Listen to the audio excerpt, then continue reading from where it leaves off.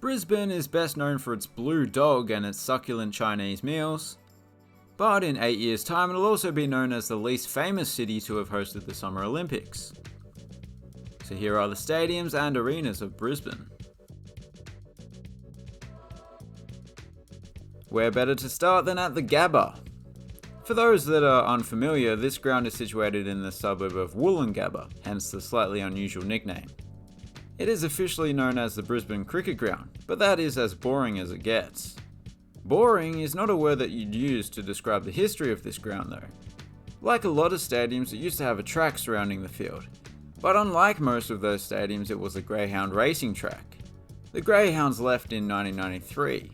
They went on to create a very well-known bus company. A much bigger change to this stadium was set to occur in the coming years, as it was planned to be demolished and a new stadium built in its place prior to the Olympics in 2032. However, there has been a change of plans, and there could be further changes of plans. The Gabba will be renovated, but won't be the main Olympic stadium. Brisbane Entertainment Centre is the name of a greater entertainment complex that includes an arena. That arena has been home to the Brisbane Bullets of the NBL from time to time, but they currently play elsewhere, as we'll see later on. At the moment it is without a sporting tenant, but it doesn't mean it lies dormant. It hosts shows, concerts, Disney on Ice, Disney on Heroin, and more family-friendly entertainment. They can't sue me, by the way. OG Mickey is public domain now. Technically, this is the second largest permanently indoor arena in the country, but that's just because there are a few larger arenas in other cities that have a retractable roof. According to the current plans, the track and field at the Olympics will take place at a renovated Cusack Stadium.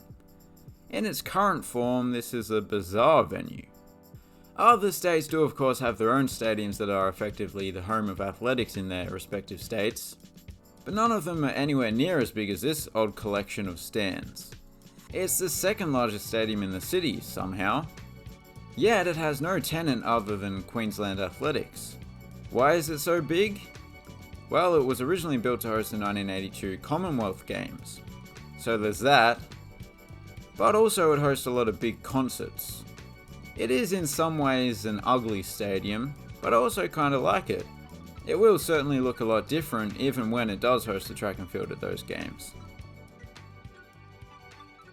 Next door is Nissan Arena, which is a relatively new venue that attracted the city's basketball and netball teams from Brisbane Entertainment Centre, although it was actually specifically built for netball.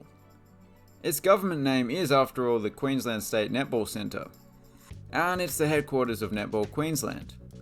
Oh, for those who are watching from a non-Commonwealth country, netball is to basketball as softball is to baseball. Inside, it is a purely utilitarian design. There are actually 8 different courts within this facility, so that's why the seating looks less than permanent, because it's movable.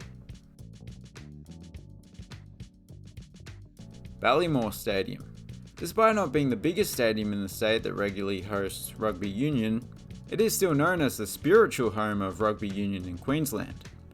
As you can see, the ground is currently undergoing a significant redevelopment. One stand has already been demolished and a new one has already been built in its place, but the stadium will eventually look like this. It's set to become the national base for women's rugby. It'll also host hockey at the Olympics. Even in its transitioning phase, the stadium is still being used by Brisbane Roar's women's team. Brisbane Showgrounds. Before the Gabba, the Brisbane Showgrounds was the home of cricket in Queensland, for a very brief period. It hosted Queensland's first ever first-class match, and was also where Don Bradman, the greatest ever batsman, made his Test debut. Other than cricket, it's hosted just about every sport under the sun.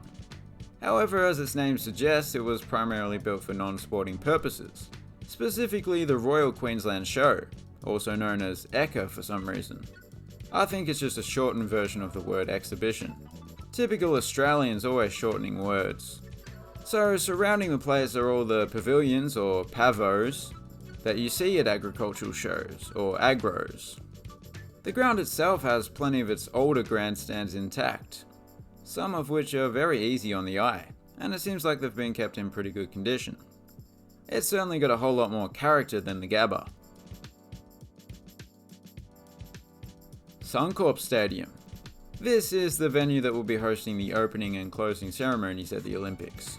So it'll be a similar situation to the Rio Games, where the Maracanã hosted the ceremonies and the athletics were held elsewhere. This is the largest rectangular stadium in the city and indeed the state. And if you wanted to be really technical, you could say the country as well, because the core stadium in Sydney is not exactly rectangular. Anyway, not important. One notable instance in this stadium's history is when the field was once entirely flooded, because the nearby Brisbane River made the poor decision to burst its banks. I suppose that's why some people say they don't trust the banks.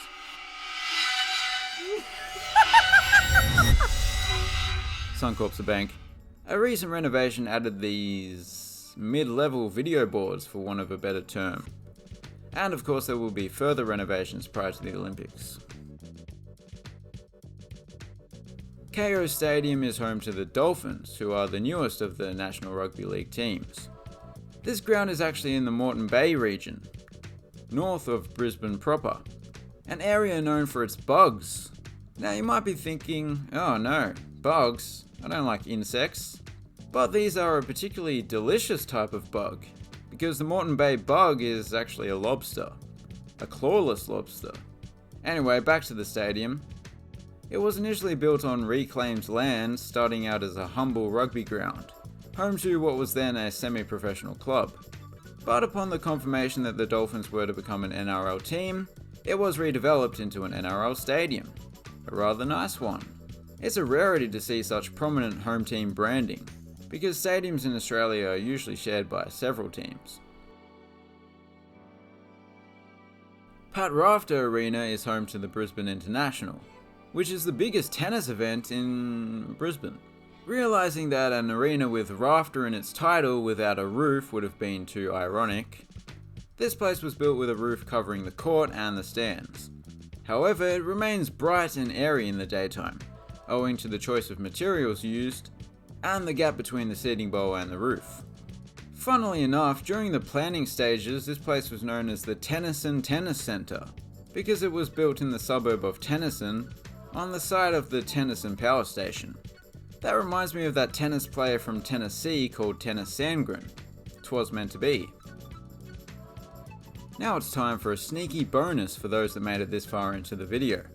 I'm gonna include the Gold Coast, which is a city that's about 70 kilometers south of Brisbane. It's basically the Miami of Australia. People First Stadium was originally built for the then newly formed Brisbane Bears, now Brisbane Lions of the AFL, who stayed here for a few years before they moved to the Gabba, which is actually in Brisbane. However, it wasn't until just prior to the Gold Coast Suns of the AFL being formed and moving in, that this was completely redeveloped into the modern yet still kind of bare bones stadium that it is today. I say bare bones because, well, just look at the exterior, there's not a whole lot going on. I do think it's a pretty good looking stadium overall though. Just as it did back in the early days, it does occasionally host cricket. What it did host back in the day and no longer does, is a baseball team. Well, several iterations of a baseball team. As well as a short-lived NRL team. And to top it all off, it was the main stadium used at the Commonwealth Games in 2018. Cbus Super Stadium is home to the city's current NRL team. Contrary to the all-white exterior, the seating is done up in Gold Coast Titans colours, which I must say are not only befitting of the Gold Coast, but look rather splendid. Speaking of defunct teams, this place was once home to Gold Coast United, an A-League team that actually was revived in 2017, but only as a semi-professional club. They of course don't play here anymore. It was way too big for them even when they were professional. Since I mentioned the flooding at Suncorp, I should also mention this ground's equivalent dramatic event. 10 years ago, a brown snake made its way onto the field during a match. I would say only in Australia, but that actually happens quite a bit at cricket matches on the subcontinent. If only they'd written that sign in Parseltongue, they wouldn't have had this problem. Gold Coast Convention and Exhibition Centre, or GCCEC for short. You can see what I meant when I said Gold Coast was the Miami of Australia. 9 times more canals than Venice, don't you know? Slightly less cultural significance though. This place opened in 2004, yet was given a $40 million makeover just 5 years later. To be fair, that was really just adding auxiliary buildings rather than renovating the arena itself. The Gold Coast also had an NBL team, but like United and the Chargers and plenty of others, they went down in a blaze of disappointment. Much like the previous stadium will be hosting football at the Olympics, this will be hosting the volleyball. So I now feel vindicated in my decision to combine Brisbane and the Gold Coast for this video. Even the Olympics are doing the same. And those were the stadiums of southeast Queensland basically. I can finally stop saying the word Olympics. Thanks for watching, have a good one.